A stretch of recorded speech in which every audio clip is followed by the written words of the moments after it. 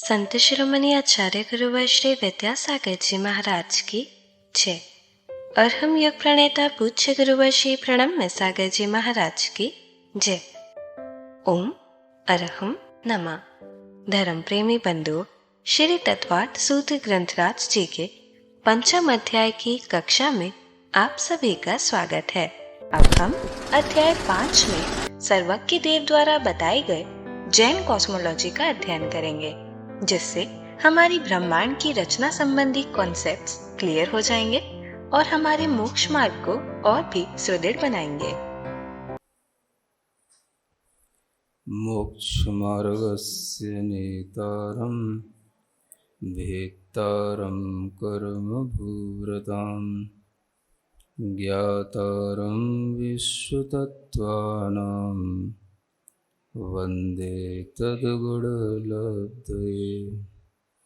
देवादिदेव आदिम तीर्थंकर श्री ऋषभनाथ भगवान की, वर्तमान शासन नायक श्री वर्धमान महावीर भगवान की, परम पूज्य आचार्य गुरुवर श्री विद्यासागर जी महाराज की। फिर अब सामने वाला कहता है, नहीं, अगर आप ऐसे कहते हो तो चलो मान लेते हैं वस्तु कथनचित नित्य है, वस्तु कथनचित नित्य है। तो अगर हम नित्य मान लेते हैं तो नित्य होने के साथ भी इतने से बात पूरी तो नहीं हुई। अगर कथनचित नित्य है तो उसके अन्य दोनों धर्मों को हम जो एक साथ नहीं कह पा रहे हैं, अन्य दोनों धर्मों को एक साथ नहीं कहने के कारण से जो अवक्तव्यपना है वो नित्य के साथ भी जुड़ा हुआ है। फिर भी वो अवक्तव्य है, क्योंकि दोनों को हम एक साथ नहीं कह पा रहे हैं। नित्य होते हुए भी वे दोनों जो उसमें धर्म हैं वो एक साथ नहीं कहे जा रहे हैं। आप नित्य कह भी रहे हो लेकिन फिर भी वो नित्य के साथ में अवक्तव्य है। ये फिर 5वां भंग हो जाता है। समझ आ रहा है? फिर आपने कहा नहीं, वस्तु कथनचित अनित्य है, तो कथनचित अनित्य होते हुए भी वो अवक्तव्य फिर भी हो रही है। फिर भी कुछ अवक्तव्य हो रहा है, कुछ है जो आप कह नहीं पा रहे हो, कहा नहीं जा रहा है, समझा नहीं पा रहे हैं, समझ नहीं पा रहे हैं, तो वो अनित्य के साथ भी फिर अवक्तव्य लग जाता है। फिर आप कहो नहीं नहीं, वस्तु कथनचित उभयात्मक है, उभयात्मक होते हुए भी उन दोनों धर्मों को आप एक साथ नहीं कह पा रहे हैं, तब भी जो है वो उभयात्मक के साथ में भी अवक्तव्य है। तो 7 भंग हो गए, इसको बोलते हैं सप्तभंगी। अगर ये 7 प्रश्न सामने वाले को समझ में आ गए, या इन 7 प्रश्नों को उसने पूछा और इन 7 के 7 को आपने उसको बता दिया, तो अब कुछ नहीं बचा।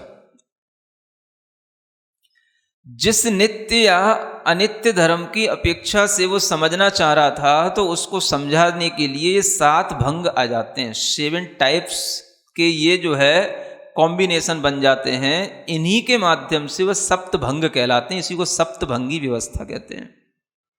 स्यादवाद की व्यवस्था सप्तभंगी व्यवस्था के साथ चलती है। माने कि सामने वाले के प्रश्न 7 प्रकार से हो सकते हैं। किसी एक जो उसकी प्रॉपर्टी है उसके ऊपर 7 प्रकार के प्रश्न हो सकते हैं। नित्य के ऊपर, या अस्थि के ऊपर, या एक के ऊपर।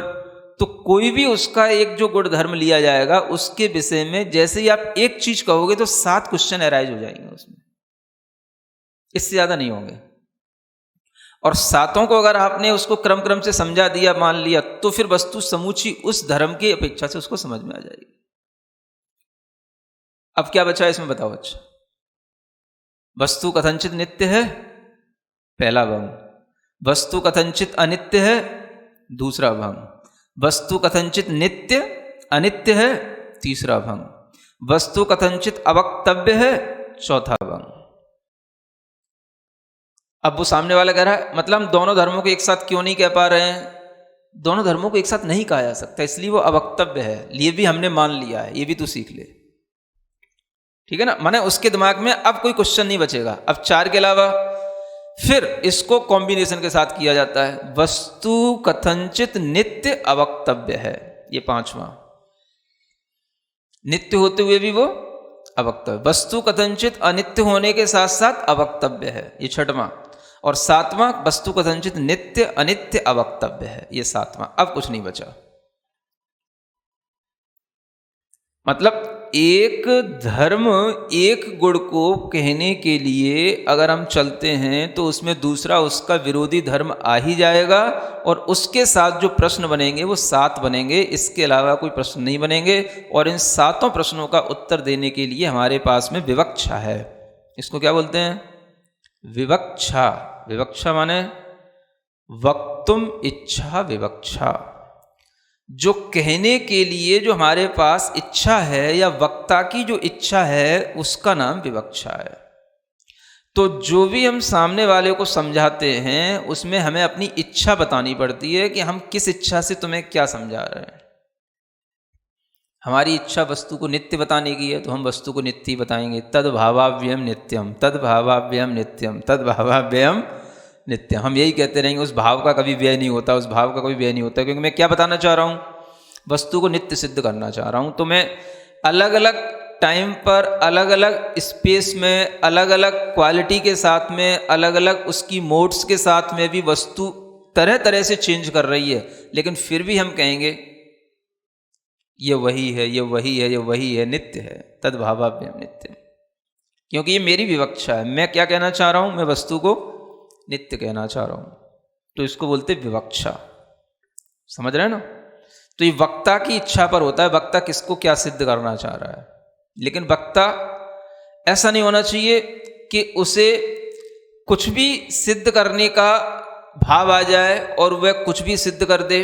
वक्ता के अंदर इतना ज्ञान स्वयं में होना चाहिए कि उसे वस्तु के सभी गुण धर्मों का भी ज्ञान हो और उसे स्याद्वाद का ज्ञान हो। तब वह अपनी विवक्षा नहीं भी बताता है तो भी वो जानता है मैं इस विवक्षा से बता रहा हूं। कोई कंफ्यूज होता है, पूछता है तो उसको बोल देता है, नहीं तो वो अपनी विवक्षा से उसको बताता रहता है। ये नित्य है। इसी तरीके से अनित्य की बात है। अब जब अनित्य की बात आएगी तो हर समय वस्तु अनित्य है, हर समय चेंज हो रही है, हर समय उसमें रूपांतरण हो रहा है, हर समय उसमें नया हो रहा है, हर समय उसमें पर्याय निकल रही है, हर समय उसमें उत्पाद हो रहा है, हर समय उसमें व्यय हो रहा है। तो ये क्या कहना जा रहा है? हर समय क्या? तो ये अनित्य बताने जा रहा है। तो ये वक्ता की विवक्षा है। वो क्या कह रहा है? अनित्य अनित्य अनित्य अनित्य, अनिच्चम अनिच्चम अनिच्चम। जो बौद्ध धर्म है वो वस्तु के केवल इसी एक पहलू को मानता है। सुन रहे? जो बौद्ध धर्म है वो वस्तु को क्या मानता है? सर्वथा अनित्य मानता है। हर वस्तु क्या है? अनिच्चम है ना। उनकी यहाँ भी प्राकृत चलती है, तो प्राकृत में अनित्य को अनिच्च बोलते हैं। समझ आ रहा?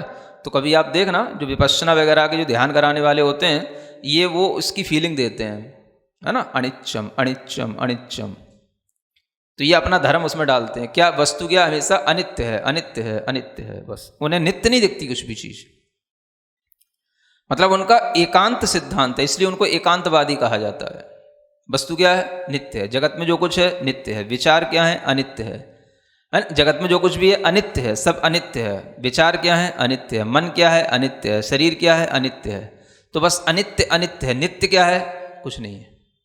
मोक्ष भी नित्य नहीं है, संसार भी नित्य कुछ नहीं। संसार में जो कुछ है सब अनित्य। तो ये एकांतवादी कहलाते हैं। ये एकांत धारणा है।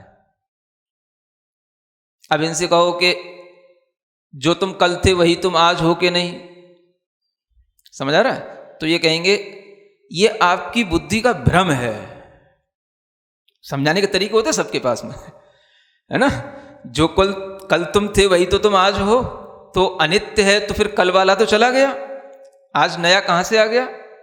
तो कहेंगे ये तुम्हारी बुद्धि का भ्रम है जो तुम कल को आज से जोड़ रहे हो। वस्तुतः तो जो रियलिस्टिक जो नेचर है वो तो अनित्य है, अनित्य है, अनित्य है। तो हर फिलॉसफी में अपनी चीजों को संभालने के सब गणित होते हैं। समझ आ रहा है? तो संभालते जरूर हैं लेकिन वो गणित बैठता नहीं है। तो यहां जो जैन आचार्य कहते हैं जिस तरह वस्तु नित्य है उसी तरह दूसरी विवक्षा से वस्तु अनित्य है। वस्तु में दोनों ही धर्म हैं, एकांत नहीं है। और अन्य लोग उसको एकांत मान लेते हैं। समझ आ रहा है? तो एक तरफ ये बौद्ध हो जाते हैं, ये वस्तु को अनित्य मान लेते हैं। एक तरफ कुछ ये ब्रह्मवादी टाइप के हो जाते हैं, वस्तु को हमेशा नित्य मान लेते हैं। संसार हमेशा नित्य है, ऐसा ही रहता है, ये नित्य है, हर पदार्थ नित्य है। तो जो नित्य कथनचित और कथनचित अनित्य, ये धारणा केवल जैनों की है। समझ आ रहा है? और जैनों में भी कुछ एकांतवादी हो जाते हैं, तो वो भी बस है ना, वो आत्मा क्या है, तो आत्मा नित्य है, या आत्मा अकर्ता है, आत्मा भोक्ता नहीं है, आत्मा सर्वथा शुद्ध है। तो ये भी उस एकांतवाद में चले जाने वाले एक फैकल्टी पैदा होने लगी है। समझ आ रहा ना? तो ये है। तो इस तरह से जो वस्तु के सभी धर्मों को स्वीकार करके नहीं चलेगा, वो कभी स्यादवादी नहीं हो सकता। अर्पित और अनर्पित दोनों हमें धर्मों को समय समय पर लागू करना होता है, और वस्तु इसी रूप में होती है, वस्तु यूं नहीं होती है। अब अपने यहाँ पर जैन एकांतवादी ऐसे पैदा हो गए, तो वो कहते हैं कि वस्तु में जो अनेक भेद हैं ये तो केवल कहने के लिए हैं, वस्तु तो वस्तुतः अखंड एक ज्ञायक स्वभाव वाली है, बस आत्मबस, और कुछ नहीं है। बाकी सब जो है वो सब कहने के लिए है। मतलब ये जो स्यादवाद पद्धति है वो कहने के लिए है, वस्तु तो एक ही है। मतलब एक अभेद रूप ही हो गई, भेद रूप नहीं वस्तु। तो इस तरीके की व्याख्याएं करते हैं। तो ये सब गलत व्याख्याएं होती हैं, इनका कोई भी जैन दर्शन से, स्यादवाद से दूर दूर तक लेना देना नहीं है। तो ये लोगों को बहकाते हैं, लोगों की अज्ञानता का फायदा उठाते हैं। तो आपको पहले सिद्धांत समझना चाहिए, अध्यात्म को बाद में समझना चाहिए, पहले सिद्धांत समझना चाहिए।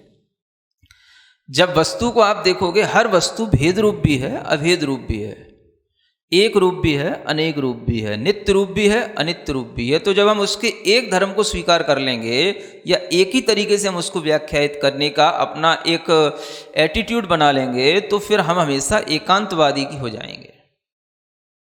क्योंकि जो आपके एटीट्यूड में होगा वही तो आप कहोगे बार बार। समझ आ रहा ना? तो इसलिए वस्तु को क्या मानना, किसी धर्म की अपेक्षा से वो भेद रूप है, किसी धर्म की अपेक्षा से वो अभेद रूप है ना? इसका व्याख्यान बहुत बड़ा है, क्योंकि प्रसंग ऐसा है कि इसमें सारे जैन दर्शन को समेटा जा सकता है। लेकिन शॉर्ट में आप इतना ही समझें कि कभी भी नित्य या अनित्य, भेद या अभेद, इसमें एकांत ना पकड़ें, है ना? जो लोग समयसार जी पढ़ते हैं वो केवल अभेद अभेद का एकांत पकड़ते हैं, तो वो अभेद रूप एकांत रूपी वस्तु को आत्म वस्तु को मानने लग जाते हैं। तो ये उनकी बहुत बड़ी भूल होती है। भेद की जहाँ व्याख्या आती है, कुछ होता है ये तो व्यवहार है, ये तो व्यवहार है, ये तो कहने को है। तो ये कहने को नहीं होता है, जो होता है उसी को कहा जाता है। ये जैन न्यायिक आचार्यों की सबसे बड़ी विशेषता रही। उन्होंने कहा वस्तु जैसी होती है वही कही जाती है। तो कही जाने वाली वस्तु अलग हो और होने वाली वस्तु अलग हो, ऐसा नहीं होता है। जो है उसी को कहा जा रहा है। तो हम इस तरीके से नकारें नहीं कि ये तो कहने को है, व्यवहार तो कहने को है। तो ऐसी बहुत सी बातें हैं, उनको अभी प्रक्रम में नहीं लेते हैं क्योंकि प्रसंग बढ़ जाएगा। इसलिए आप ये समझें कि वस्तु को केवल अर्पित और अनर्पित धर्म के साथ सिद्ध करके चलेंगे, तभी आपको आत्म सिद्धि होगी, है ना? आत्म के विषय में अगर आपको इस तरीके का भ्रम रहेगा तो आत्म सिद्धि तो कभी हो ही नहीं सकती, क्योंकि आपके ज्ञान में ही अभी आत्मा सही नहीं आई, तो सिद्धि कैसे होगी? तो इसलिए अब आगे बढ़ते हैं। स्निग्ध रुक्षत्वाद बंध। अब आगे कहते हैं आचार्य, हाँ अगला सूत्र पढ़ते हैं। स्निग्ध और रुक्षपने से पुद्गलों में बंध होता है। अब यहाँ पर प्रकरण चेंज होता है कि केवल पुद्गलों पर अब डिपेंड होता है प्रकरण। तो यहाँ कहते हैं कि पुद्गल कैसे होते हैं? स्निग्ध गुण वाले भी होते हैं और रुक्ष गुण वाले भी होते हैं। जो स्निग्ध गुण वाले हैं वो पुद्गल के परमाणु भी बंध को प्राप्त होते हैं, और जो रुक्ष गुण वाले परमाणु हैं वो भी बंध को प्राप्त होते हैं, है ना? ओम अरहम नमः। तो चलिए आज की कक्षा का एक क्विक रिवीजन कर लेते हैं। सूत्र 32 में आचार्य महाराज ने विरोधी बातों की सिद्धि की है। इसे समझने के लिए मुनिश्री ने स्यादवाद शैली की सप्तभंगी व्यवस्था समझाई है। वस्तु के प्रत्येक गुण धर्म के कथन की अपेक्षा 7 भंग बनते हैं। वस्तु के नित्य धर्म को मुनिश्री ने 7 भंग के द्वारा समझाया। एक धर्म कहने से उसका विरोधी धर्म आ ही जाएगा, जैसे नित्य के साथ अनित्य धर्म या गुण। सामने वाले किसी एक प्रॉपर्टी के लिए इन्हीं 7 प्रकार के प्रश्न पूछ सकता है, और ये बताने के बाद कुछ और शेष नहीं बचता। ये 7 भंग हैं। पहला, वस्तु कथनचित नित्य है, दूसरा वस्तु कथनचित अनित्य है, तीसरा वस्तु कथनचित नित्य अनित्य दोनों अर्थात उभयात्मक है, चौथा वस्तु कथनचित अवक्तव्य है अर्थात इसके सभी धर्म एक साथ कहे नहीं जा सकते। नित्य अनित्य या उभयात्मक होते हुए भी उसके सभी धर्मों को एक साथ नहीं कह सकते। इसीलिए पांचवा, छठवां और सातवां भंग है कि वस्तु कथनचित नित्य अवक्तव्य है, अनित्य अवक्तव्य है और नित्य अनित्य अवक्तव्य है। हमने जाना कि वक्ता जिसे सिद्ध करना चाहता है वह उसकी इच्छा पर निर्भर करता है, इसे विवक्षा कहते हैं। यदि हमारी इच्छा वस्तु को नित्य बताने की है तो अलग अलग टाइम, स्पेस, क्वालिटी में अलग अलग पर्याय के साथ चेंज होते हुए भी हम उसे नित्य ही बताएंगे। उस भाव का कभी वह नहीं होता। इसलिए वक्ता को वस्तु के सभी गुणधर्मों का ज्ञान होना चाहिए। स्याद्वाद का ज्ञानी वक्ता हमेशा विवक्षा से बात करता है, चाहे वो विवक्षा बताए या ना बताए। बौद्ध धर्म वस्तु को सर्वथा अनित्य यानी अनित्य मानता है। संसार में कुछ भी नित्य नहीं है।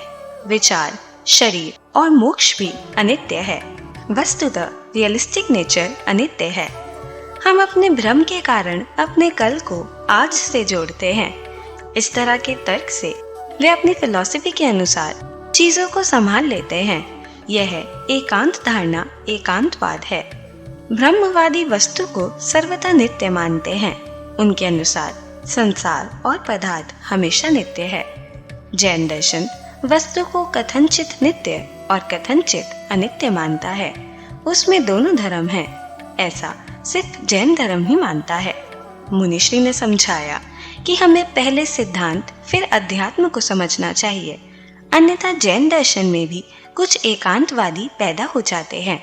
उनके अनुसार आत्मा नित्य है, अकर्ता है, भोक्ता नहीं है, सर्वथा शुद्ध है। वे वस्तु के सभी धर्मों को नहीं स्वीकारते। समयसाजी पढ़कर वे आत्मा को अभेद रूप ही मानते हैं। भेद आते ही वैसे व्यवहार मानते हैं, जबकि व्यवहार से हम वस्तु को नकार नहीं सकते। उनके अनुसार आत्मा बस अखंड और ज्ञायक स्वरूप है और कुछ नहीं। स्याद्वाद तो मात्र कहने की पद्धति है। ऐसे लोग गलत व्याख्याएं कर लोगों को भ्रमित करते हैं। जैन दर्शन में स्याद्वाद की ऐसी परिभाषाएं नहीं हैं। हमें अर्पित, अनर्पित दोनों धर्मों को समय समय पर लागू करना होता है। न्यायिक आचार्यों की सबसे बड़ी विशेषता है कि वे मानते हैं कि वस्तु जैसी होती है वैसी कही जाती है। हर वस्तु के अनेक रूप हैं, भेद, अभेद, एक, अनेक, नित्य, अनित्य। किसी धर्म की अपेक्षा से वो भेद रूप है और किसी अन्य धर्म की अपेक्षा अभेद। यदि हम एक ही धर्म स्वीकार करेंगे तो हम एकांतवादी हो जाएंगे। वस्तु को एकांत रूप मानना बहुत बड़ी भूल है। इसी प्रसंग में सारे जैन दर्शन को समेटा जा सकता है। हमने जाना कि वस्तु को केवल अर्पित, अनर्पित धर्म के साथ सिद्ध करने से ही आत्म सिद्धि होगी, क्योंकि हमारे ज्ञान में ही आत्मा सही नहीं होगी तो सिद्ध कैसे होगी। सूत्र 33 में हमने जाना स्निग्ध रूक्षपने से पुद्गलों में बंध होता है, यानी स्निग्ध पुद्गल परमाणु और रूक्ष पुद्गल परमाणु बंध को प्राप्त होते हैं। तो चलिए अब हम सभी जिणवाणी स्तुति करेंगे और तत्पश्चात समय होगा आज के सवाल का।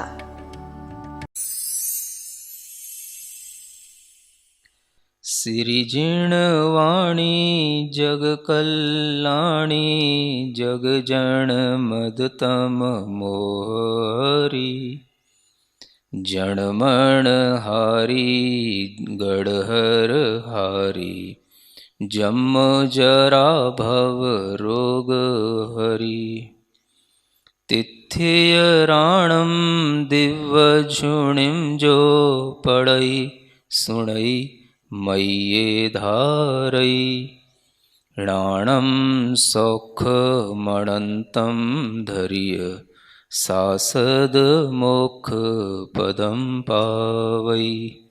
सासद मोक्ष पदम पावै।